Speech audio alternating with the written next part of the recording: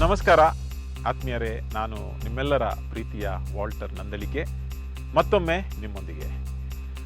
ಪರೀಕ್ಷೆ ಹೆದರಿಕೆಯನ್ನು ನಿರ್ನಾಮ ಮಾಡುವ ಮತ್ತೊಂದು ಮಹತ್ವದ ಸಂದೇಶದೊಂದಿಗೆ ಬಂದಿದ್ದೇನೆ. ಹೆದರಿಕೆ ಪ್ರತಿ ಜೀವಿಯ ಜೀವನದ ಒಂದು ಅವಿಭಾಜ್ಯ ಅಂಗ. ಹೆದರದ ಯಾವ ಸೃಷ್ಟಿಯೂ ಈ ಭೂಲೋಕದಲ್ಲಿಲ್ಲ. ಅದರಲ್ಲೊಂದು ಹೆದರಿಕೆ ಈ ಪರೀಕ್ಷೆ ಹೆದರಿಕೆ.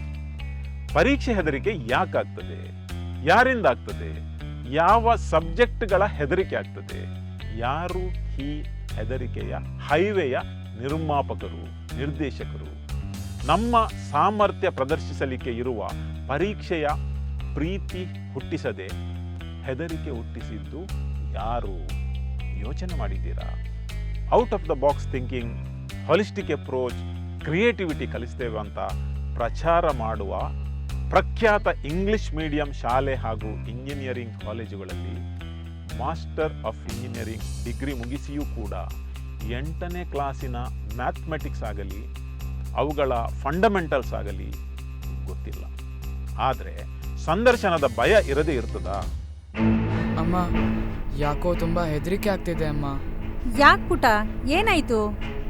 ಯಾಕಂತ ಗೊತ್ತಾಗ್ತಿಲ್ಲ, ವಿಪರೀತ ಸಂಕಟ ಆಗ್ತಾ ಇದೆ. ಯಾಕೋ ಪುಟ, ಬೋರ್ಡ್ ಎಕ್ಸಾಮ್ ಹತ್ರ ಬರ್ತಾ ಉಂಟಂತ ಗೊತ್ತು. ನೀನು ಈ ಥರ ಹೇಳಿದ್ರೆ ನನಗೆ ಎಷ್ಟು ಸಂಕಟ ಆಗ್ತಿದೆ ಗೊತ್ತಾ? ಹಗಲಲ್ಲಿ ಮೋಡ ಆಗೋದು 90ಯ 2 ಪೆಗ್ ಎಣ್ಣೆ ಹೊಡೆದಾಗ ಮಾತ್ರ. ಅವನಿಗೆ ಸ್ವಲ್ಪ ಆಂಗ್ಸೈಟಿ, ಪರೀಕ್ಷೆ ಭಯ. ನೀನೇ ಸ್ವಲ್ಪ ಸಮಾಧಾನ ಹೇಳು. ಹೇ ಪರೀಕ್ಷೆ ಹೆದರಿಕೆ, ನಿನಗಿಂತ ದೊಡ್ಡ ಭೂತ ಈ ಪ್ರಪಂಚದಲ್ಲಿ ಯಾರು ಇಲ್ಲ. ಪರೀಕ್ಷೆ ಹೆದರಿಕೆಯಿಂದ ಶಾಲೆಗೇನೆ ಹೋಗದ, ಜೀವಮಾನದಲ್ಲಿ 1% ಮಾರ್ಕ್ ಕೂಡ ಸಿಗದ, ಮನೆ ಕೆಲಸದವಳ ಮೇಲೆ ಕೂಡ ಪ್ರೆಷರ್ ಅಂದ್ರೆ. ಓದಿ ಆಯ್ತವ? ಇಲ್ಲವಾ, ಇನ್ನು ಮುಟ್ಲಿಲ್ಲ. ನಂದು ಮ್ಯಾಥ್ಸ್ ಅರ್ಧ ಚಾಪ್ಟರ್ ಆಯ್ತು, ಇನ್ನು ಸೈನ್ಸ್ ಎಂತ ಮುಟ್ಲಿಲ್ಲ. ಎಂತ ಮಾಡುದು ಅಂತ ಗೊತ್ತಾಗ್ತಿಲ್ಲ.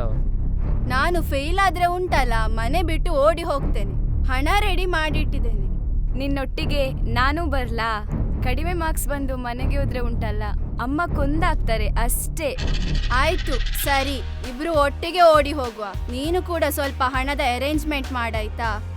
ಓಡಿ ಹೋಗುವಾಗ ಫೋನ್ ತರಬೇಡ, ಅದ್ರಿಂದ ನಾವು ಸಿಕ್ಕಾಕೊಳ್ಳುವುದು ಎಲ್ಲಿದ್ದೇವೆ ಅಂತ ಗೊತ್ತಾ? ಹಾಗಾದ್ರೆ ರೀಲ್ಸ್ ಹೇಗೆ ಮಾಡೋದು? ಟೈಮ್ ಪಾಸ್ ಹೇಗೆ ಮಾಡೋದು? ಯಾರೋ ಓಡಿ ಹೋಗುವ ಪ್ಲಾನ್ ಮಾಡಿದ್ದಾರೆ. ಎಲ್ಲಿಗ ಓಡಿ ಹೋಗುವುದು? ಕಲೀಲಿಕ್ಕೆ ಸಂಕಟವ ನಿಮಗೆ? ಹೆಚ್ಚೆಂದರೆ 50% ಮಾರ್ಕ್ಸ್ ಗಿರಾಕಿವಳು. ಒತ್ತಡ ಹಾಕುದ್ರಲ್ಲಿ ಮಾತ್ರ 100% ಪಾಪಿ. ಟೀಚರ್ ಆಗುವುದಕ್ಕಿಂತ ನರ್ಸ್ ಆಗ್ತಿದ್ರೆ ಚೆನ್ನಾಗಿತ್ತು.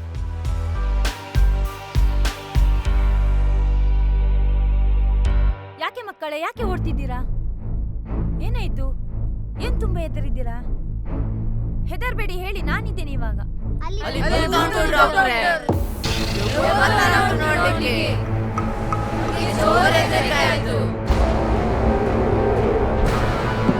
ಭೂತ ಉಂಟಾ? ನೋಡ್ಲಿಕ್ಕೆ ದೇವರ ತರ ಉಂಟಾ? ಅದು ಬೆಳಿಗ್ಗೆ 9 ಗಂಟೆಗೆ. ಭೂತಕ್ಕೆ ಇವತ್ತು ಡೇ ಶಿಫ್ಟ್ ಕೆಲ್ಸನಾ? ನನ್ನ ಭೂತ ಸ್ಕೂಲ್ ಬ್ಯಾಗ್ ತರ ಬಾಲ ಉಂಟು. ಭೂತ ಮ್ಯಾಥ್ಸ್ ಟೀಚರ್ ತರನೇ ಉಂಟು ಡಾಕ್ಟರ್. ದೆವ್ವ ಸೈನ್ಸ್ ಸರ್ ತರ ಉಂಟು. ಯಾರ ನೀನು? ತೊಲಗಾಚೆ ನಾಯಿ. ನನ್ನ ಮಕ್ಕಳಿಗೆ ಎದುರಿಸಿದ್ರೆ ಜಾಗ್ರತೆ. ಯಾರೋ ನೀನು? ಆತೀಶ್, ಆ ಬೆತ್ತ ತಗೊಂಡ್ ಬಾ. ನನ್ನ ಪರಿಚಯ ಇಲ್ವೋ ನಿಮ್ಗೆ? ಫೆಬ್ರವರಿ, ಮಾರ್ಚ್, ಏಪ್ರಿಲ್ 3 ತಿಂಗಳು ನನ್ನನ್ನು ಪರೀಕ್ಷೆ ಭಯ ಅಂತಾರೆ. ಇದ್ಯಾ ನಾಯಿ ಎಲ್ಲಾದ್ರೂ? 10th ನಲ್ಲಿ, BC ಯಲ್ಲಿ, ನೀಟ್ ನಲ್ಲಿ, CET ಯಲ್ಲಿ, ಎಂಟ್ರೆನ್ಸ್ ಎಕ್ಸಾಮ್ ನಲ್ಲಿ, UPSC ಯಲ್ಲಿ, G ಯಲ್ಲಿ, ಕ್ಯಾಟ್ ನಲ್ಲಿ, ಗೇಟ್ ನಲ್ಲಿ, ಕಂಡಲ್ಲಿ ಬಡ್ಡಿ ಮಗನೆ. ಬದುಕಿನ ಬಹಳ ಪ್ರಮುಖ ಸಂದರ್ಭಗಳಲ್ಲಿ ನಿನ್ನನ್ನು ಹೆದರಿಸಿದ್ಯಾ. ತುಂಬಾ ವಿದ್ಯಾರ್ಥಿಗಳು ನಿನ್ನ ಹೆಸರು ಕೇಳಿ ಆತ್ಮಹತ್ಯೆ ಮಾಡ್ಕೊಂಡಿದ್ದಾರೆ. ಅನೇಕ ಮನೆಗಳ ಸಂತೋಷವನ್ನು, ನಗುವನ್ನು ಶಾಶ್ವತವಾಗಿ ಹಾಳು ಮಾಡಿದ್ಯಾ ನೀನು. ಹೇ ಸರಿತಾ, ಇವರನ್ನು ಸಾಗ ಹಾಕು. ಅವರು ಹೋಗ್ಲಿ. ಅವನಮ್ಮ ಮಾತಾಡುವ ಸ್ಟೈಲ್ ನೋಡಿದ್ಯಾ? ಅವನೊಬ್ಬನೇ ಇರ್ಲಿ, ಅವನ ಬಾಯಿ ಬಿಡಿಸ್ಬೇಕು. ಈಗ ನೀವಿಬ್ರು ಹೋಗ್ಬೋದು. ಇವತ್ತು ಆತೀಶ್ಗೆ ನಾನು ಸ್ಕೂಲ್ಗೆ ಬಿಡ್ತೇನೆ. ಸ್ವಲ್ಪ ಹೊತ್ತು ನನಗೆ ಅವನ ಹತ್ರ ಒಂಚೂರು ಮಾತಾಡಬೇಕು. ನೀವು ಹೋಗಿ. ಪೂರ ನಿದ್ರೆ ಬಿಡುವ ಮುಂಚೆನೇ ಎಬ್ಬಿಸ್ತಾರೆ. ಸಂಜೆ ಆಡಲೂ ಬಿಡಲ್ಲ. ಒಂದೇ ಮಂತ್ರ ಇರುವುದು, ಮೆಡಿಕಲ್, ಇಂಜಿನಿಯರಿಂಗ್, IAS, IPS. ಮಾನ ಮರ್ಯಾದೆ, ಕುಟುಂಬ, ನೆರೆಮನೆ ಮಕ್ಕಳ ನಡುವೆ ಕಾಂಪಿಟಿಷನ್. ಸ್ಕೂಲಿಗೆ ಹೋದ್ರೆ ಅಲ್ಲಿ ಕೂಡ ನರಕಯಾತನೆ ಆಗ್ತದೆ. ಆ ಟೀಚರ್ಗೆ ರ್ಯಾಂಕ್, ಡಿಸ್ಟಿಂಕ್ಷನ್, ಮಾರ್ಕ್ಸ್ ಮತ್ತು ಹೆಚ್ಚೆಚ್ಚು ಮಕ್ಕಳ ಅಡ್ಮಿಷನ್ ಬಿಟ್ಟರೆ ಬೇರೇನು ಮಾತೇ ಇಲ್ಲ. ನಾನು ಆತ್ಮಹತ್ಯೆ ಮಾಡ್ತೇನೆ. ಎಂಥದ್ದು ಬೇಡ, ಯಾರೂ ಬೇಡ ನನಗೆ. ಹಾಗೆ ಅನ್ಬಾರ್ದು ಮಗು. ಪ್ರಾಮಿಸ್ ಮಾಡು, ಹಾಗೆ ಹೇಳಲ್ಲ ಹಾಗೆಲ್ಲ ಮಾಡಲ್ಲ ಅಂತ ಮಾಡು. ಗುಡ್ ಬಾಯ್. ನಾನು ಮಾಡೇ ಮಾಡ್ತೀನಿ. ಹೇಗೆ ಆತ್ಮಹತ್ಯೆ ಮಾಡ್ತೀಯೋ ನಾನು ನೋಡ್ತೀನಿ. ನನ್ನ ಮಗನಿಗೆ ಮಧ್ಯಾಹ್ನ ಓದ್ಲಿಕ್ಕೆ ಆಗುವುದಿಲ್ಲ, ತಲೆಗೆ ಹತ್ತುವುದೇ ಇಲ್ಲ ಅಂತ ಹಠ ಹಿಡಿಯುತ್ತಾನೆ. ನನ್ನದು ಡಾಕ್ಟರ್, 1 ತಿಂಗಳು ಬಹಳ ಹೆದರಿಕೆ ಆಯ್ತು ನಂಗೆ. ಎಲ್ಲಿ ರಾತ್ರಿ ಹೊತ್ತು ಏನಾದರೂ ಎಡೌಟ್ ಮಾಡ್ತಾನಂತ. ಗಂಟೆಗೊಮ್ಮೆ ಎದ್ದು ಉಸಿರಾಟ ನೋಡುವುದೇ ಕೆಲಸ ಆಯಿತು. ಪರೀಕ್ಷೆ ಪ್ರಾರಂಭವಾಗುವ 2 ದಿನ ಮೊದಲು ಬಹಳಷ್ಟು ಹೆದರುತ್ತಾಳೆ. ನನ್ನದು ಡಾಕ್ಟರ್, ಅದಕ್ಕೋಸ್ಕರ ಮಕ್ಕಳಿಗೆ ಸ್ವಲ್ಪ ಪ್ರೆಷರ್ ಹಾಕಬೇಕು. ಗೊತ್ತಿಲ್ಲ ಡಾಕ್ಟರ್, ಅದಕ್ಕೆ ಇಲ್ಲಿ ಬಂದದ್ದು. ಮನೆಯವರಿಗಂತ ಬಿಸ್ನೆಸ್ ಅಂತ ಹೇಳಿದ ಡಾಕ್ಟರ್ ನೀವು, ಏನಿದ್ರ ಅರ್ಥ? ನಮಗೆ ಮಕ್ಕಳ ಮೇಲೆ ಪ್ರೀತಿ ಇಲ್ವಾ? ನನ್ನ ಮಗಳು ಯಾವಾಗಲೂ ಸಮಯ ಸಾಕಾಗಲ್ಲ ಅಂತ ಹೆದರ್ತಾಳೆ ಡಾಕ್ಟರ್. ಟಿವಿ ಡಾಕ್ಟರ್, ಅದು ಫ್ರಿಡ್ಜ್ ಡಾಕ್ಟರ್, ಅದು ಗೊತ್ತಿಲ್ಲ ಡಾಕ್ಟರ್. ಅದೇ ಗಣಿತ ಸರ್, ಅಂದರೆ ಮ್ಯಾಥಮ್ಯಾಟಿಕ್ಸ್. ಅರ್ಥವೇ ಆಗಲ್ಲ ಸರ್ ಅದು. ನಮಗೂ ಕೂಡ ನಮ್ಮ ಸಮಯದಲ್ಲಿ ಶಾಲೆಯಲ್ಲಿ ಯಾವ ಟೀಚರ್ ಕೂಡ ಇದನ್ನು ಹೇಳಿಕೊಡಲಿಲ್ಲ. ಪರೀಕ್ಷೆ ಆದ ನಂತರ ಕಲಿಯುವುದಾ ಡಾಕ್ಟರ್? ನೀವೆಲ್ಲರೂ ಬೇರೆ ಬೇರೆ ದಿನ ನನ್ನನ್ನು ನೋಡಲು ಬಂದವರು, ಆದರೆ ನಿಮಗೆಲ್ಲರಿಗೂ ಇವತ್ತಿನ ಅಪಾಯಿಂಟ್ಮೆಂಟ್ ಕೊಟ್ಟಿದ್ದೆ. ಯಾಕೆ ಗೊತ್ತಾ? ಎಲ್ಲರ ಮಾನಸಿಕ ರೋಗ ಅಂದರೆ ಸಮಸ್ಯೆ ಒಂದೇ, ಪರೀಕ್ಷೆ ಭಯ. ಇಡೀ ದೇಶದ ಹೆತ್ತವರಿಗೆ, ಮಕ್ಕಳಿಗೆ, ಸಂಬಂಧಪಟ್ಟವರಿಗೆ, ಸಂಬಂಧಪಡದವರಿಗೆ ಒಂದೇ ತರದ ಭಯ. ಒಟ್ಟಿಗೆ ಇರುವುದಂದ್ರೆ ಅದು ಮತ್ಯಾವ ರೋಗವೂ ಅಲ್ಲ, ಕೇವಲ ಪರೀಕ್ಷೆಯ ಭಯ ಆಗಿರಲಿಕ್ಕೆ ಮಾತ್ರ ಸಾಧ್ಯ. ಹಾಗಾಗಿ ಈ ಹೆದರಿಕೆನೂ ಹೋಯ್ತು. ಬಲೂನ್ ಚುಚ್ಚುವನ, ಮನಸ್ಸಿನ ಕೊಳೆ ಹೋಗ್ಲಿ. ಈಗ ನಿಮ್ಗೆ ಕುತೂಹಲ ಅನಿಸ್ಲಿಲ್ವಾ? A+B² ಸೂತ್ರವನ್ನ ಕಲೀಲಿಕ್ಕೆ 4 ತಾಸು ಬೇಕು ಅಂತ ಹೇಳಿದಾಗ ಅಂಥದ್ದೇನಪ್ಪ ಉಂಟು ಈ ಸೂತ್ರದಲ್ಲಿ ಅಂತ ಹಾಗೆ ಕುತೂಹಲ ಬರಬೇಕು. A+B² ರವಿ ಅಜ್ಜನ ಮನೆಗೆ ಹೋದನು. A+B² ರವಿ ಅಜ್ಜನ ಮನೆಗೆ ಹೋದನು. ಸರ್, ಬೆಳಿಗ್ಗೆ ಎಂತ ಅವಸ್ಥೆ ನಿಮ್ದು, ಎಂತ ಹೇಳುವುದು ನೀವು? ಬೆಳಿಗ್ಗೆ ಕುಡಿದ ಟೀಯಲ್ಲಿ ಅಮಾಲಿತ್ತಾ?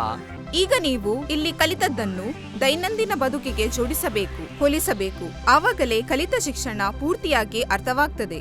ದುಬೈ ಮತ್ತು ಕತರ್ನಲ್ಲಿ ಒಮ್ಮೆ ಟ್ರಾಫಿಕ್ ಫೈನ್ ಬಂದ್ರೆ 1 ತಿಂಗಳು ನಿದ್ರೆ ಮಾತ್ರೆ ತಕೊಂಡ್ರೂ ನಿದ್ದೆ ಬರೋಲ್ಲ, ಅಷ್ಟು ಫೈನ್ ಬೀಳುತ್ತೆ. ಆಶೀರ್ವಾದ ಮಾಡಿ. ಚೆನ್ನಾಗಿ ಬರೀ. ಎಲ್ಲರಿಗೂ ನಮಸ್ಕಾರ. ಹೇಗಿತ್ತು ಪರೀಕ್ಷೆ? ಸುಲಭ ಇತ್ತು ಮೇಡಮ್. ನಮ್ಮ ಡಾಕ್ಟರ್ ಇದ್ದ ಕೌನ್ಸಿಲಿಂಗ್ ಉಪಯೋಗ ಆಯ್ತಾ? ಬಹಳ ಉಪಯೋಗ ಆಯ್ತು ಮೇಡಮ್. ಎಷ್ಟು ಚೆನ್ನಾಗಿ ಬರೆದಿದ್ದೇವೆ ಗೊತ್ತಾ? ಆದರೆ ಇವತ್ತು ಆಗ್ತಾ ಇರುವ PTMನ ಉದ್ದೇಶವೇ ಬೇರೆ. ಅದೇನೆಂದರೆ ಸರಿಯಾದ ಸಮಯದಲ್ಲಿ, ಸರಿಯಾದ ರೂಪದಲ್ಲಿ, ಸರಿಯಾದ ಯೋಚನೆಗಳನ್ನು ಹೊಂದಿರಲು ಬೇಕಾದಂಥ ವಾತಾವರಣವನ್ನು ಸೃಷ್ಟಿ ಮಾಡುವ ಮಹತ್ವದ ಉದ್ದೇಶವಾಗಿದೆ. ಇಂಥ ಪ್ರಯತ್ನ ಈ ಶಾಲೆಯಲ್ಲಿ ಇದೇ ಮೊದಲು ಆಗ್ತಾ ಇರೋದು. ಮ್ಯಾಮ್, 100% ಬಂದಿದೆ. Wow, very good. Thank you. ಈಗಿನ ಕಾಲದಲ್ಲಿ ಮಕ್ಕಳಿಗೆ ಕೌನ್ಸಿಲಿಂಗ್ ತುಂಬಾ ಅಗತ್ಯವಾಗಿ ಬೇಕು. ಯಾಕೆಂದರೆ ಎಲ್ಲೆಲ್ಲೂ ಒಡೆದ ಮನಗಳೇ ಇರುವುದು. ಆ ಬೆತ್ತ ಯಾರಿಗೆ? ಪರೀಕ್ಷೆ ಬುತ್ತಕ್ಕೆ ಸಿಕ್ಕಿದ್ರೆ ಸರಿ ಬರಿತೇನೆ. ಹೆದರಿಕೆ ಇದ್ರೆ ನಮ್ಮ ಸಾಮರ್ಥ್ಯಕ್ಕೆ ಅನುಗುಣವಾಗಿ ಸಾಧನೆ ಮಾಡ್ಲಿಕ್ಕೆ ಆಗೋದಿಲ್ಲ. ಪರೀಕ್ಷೆ ಹೆದರಿಕಿದ್ರೆ ನಿಮ್ಗೆ ಚೆನ್ನಾಗಿ ಬರೀಲಿಕ್ಕೆ ಆಗ್ತದಾ ಹೇಳಿ? ನೀವೇ ಹೇಳಿ ನೋಡುವ. ಇಲ್ಲ ಅಕ್ಷಯಣ್ಣ. ಮಮ್ಮಿ, ನಂಗೆ 100% ಬಂದಿದೆ. ಶಬಾಷ್. ಓ ಮಗನೇ, ದೇವ್ರೆ, ಈ ಪಿರ್ಕಿಗೆ ಹರಕೆ ನೆನಪಾಗಿದ್ರೆ ಸಾಕು. ನಾನು ಹೋದಾಗೆ ಹರಕೆದ್ ನೆನಪಂದ್ರೆ ಪೊರ್ಕೆಯಲ್ಲಿ 2 ಕೊಡ್ತೇನೆ. ಕೆಲಸ ಹೋದ್ರೆ 1000 ಸಿಗ್ತದೆ.